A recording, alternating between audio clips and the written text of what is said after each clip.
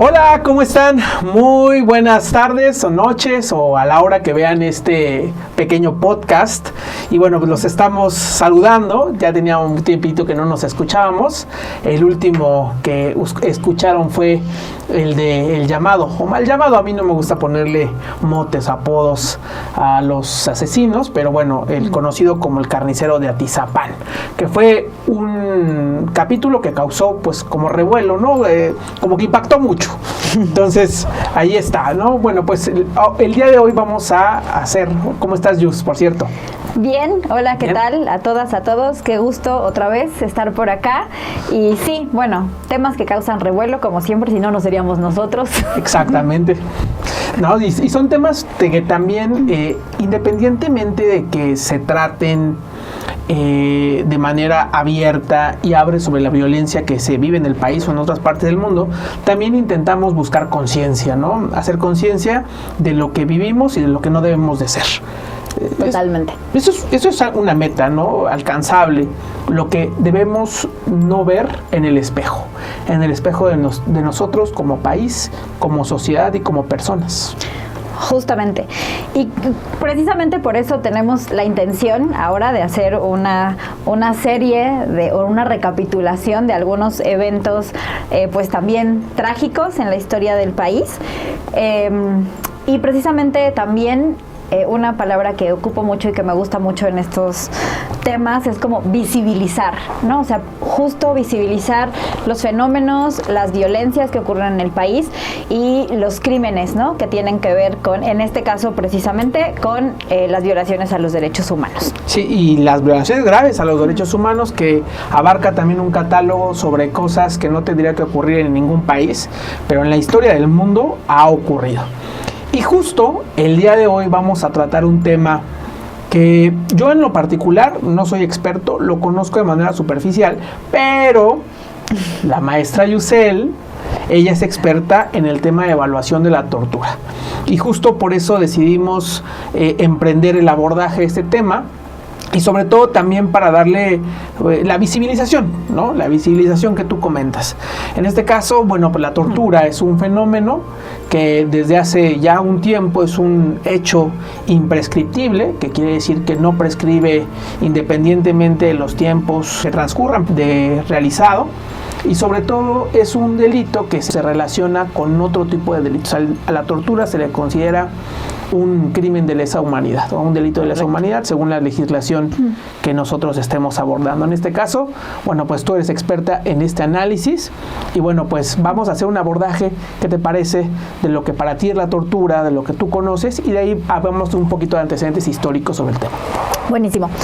Bueno, sí, yo llevo un par de años ya, bueno, varios pares de años trabajando. O muchos pares de años trabajando en la documentación de la tortura, precisamente con víctimas o sobrevivientes de este crimen y de esta grave violación a los derechos humanos, que precisamente por, no sé si decirle llamativo que parezca, por los tantos intentos que se han tenido de negarla y precisamente de invisibilizarla, pues parece que es algo que la sociedad no quiere voltear a ver, ¿no? Pero que ocurre de manera generalizada, y esta palabra no la digo yo, es una palabra que surge de un documento de los relatores oficiales contra la tortura de Naciones Unidas cuando vienen a hacer la documentación de la investigación a México, ¿no? Entonces, claro que cuando dicen la tortura es un fenómeno generalizado en México, pues el Estado mexicano dijo, no, ¿qué pasó? Aquí estas cosas no pasan, tratando de negarlo, tratando de ocultarlo, y pues de repente el efecto que tiene en la sociedad precisamente es ese, ¿no? Como decir, no está pasando, no es tan importante, en realidad son cosas para manchar los elementos políticos, ¿no? Que tenemos en el país, y la realidad es que sí ocurre, y ocurre con una frecuencia impresionante. Entonces, empezando un poco como para decir, bueno, ¿qué hablamos? Apenas el 26 de junio es el Día Internacional del Apoyo a las Víctimas de Tortura. Y creo que es un día muy importante precisamente para darles voz y para darles nombres a las personas que han sufrido este tipo de atrocidades, ¿no? O de actos que son cometidos precisamente por el Estado. Entonces, se piensa mucho como de, bueno, ¿qué es la tortura? Porque nos imaginamos como esta tortura de la Inquisición, ¿no? En la que, bueno, pues vamos hasta museos a ver instrumentos y demás. Pero bueno, la tortura actual podemos entenderla desde una perspectiva sí legal, pero sí también desde los derechos humanos. Entonces, como decías, es una violación a derechos humanos y además es un delito.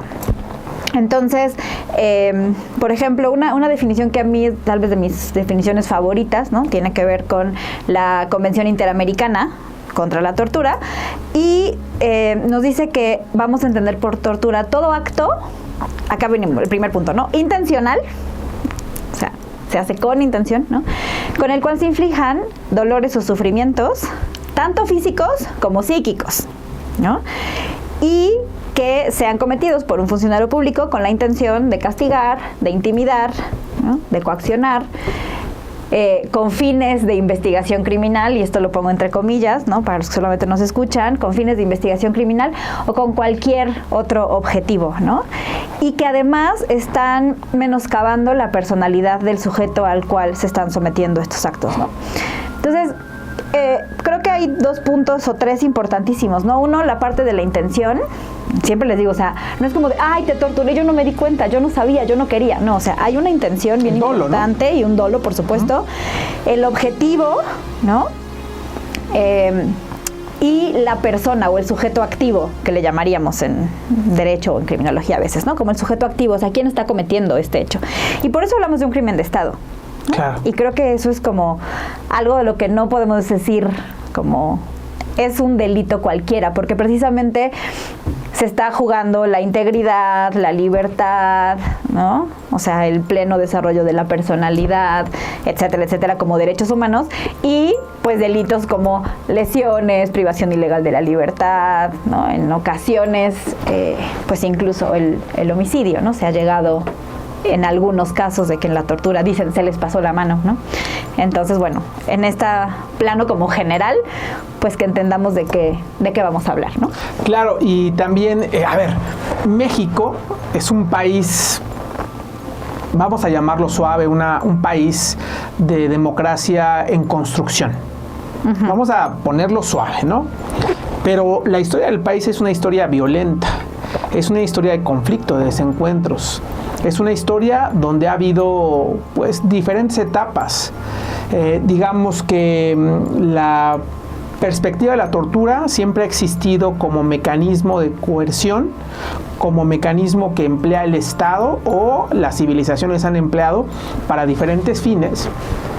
Pero ya hablar del término de tortura, hay un reconocimiento pues justamente con la conformación de la Organización de las Naciones Unidas, ¿no? Post-guerra mundial, ¿no? Después de este conflicto que hubo pues atrocidades que se cometieron, entre ellas la tortura. Y la tortura asociada a muchos crímenes, tanto de guerra como crímenes de lesa humanidad, es decir, genocidio, limpieza étnica, esterilización forzada, desplazamiento forzado, todos aquellos delitos de lesa humanidad. Entonces, en el caso de México en concreto, pues nosotros nacemos de un proceso, o formalizamos las instituciones de un proceso de violencia, donde hubo más de 1 millón de personas asesinadas, que fue la Revolución Mexicana.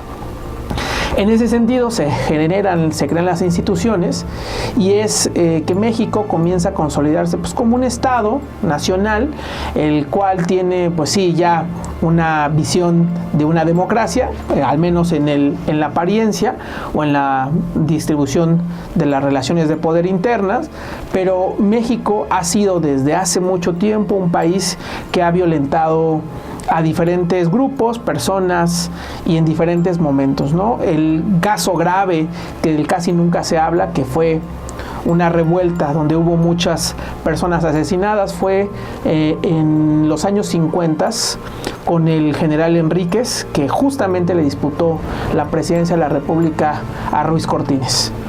En ese sentido, hubo pues al menos 100 personas asesinadas en la Alameda Central, imagínense ustedes, en el corazón de la Ciudad de México.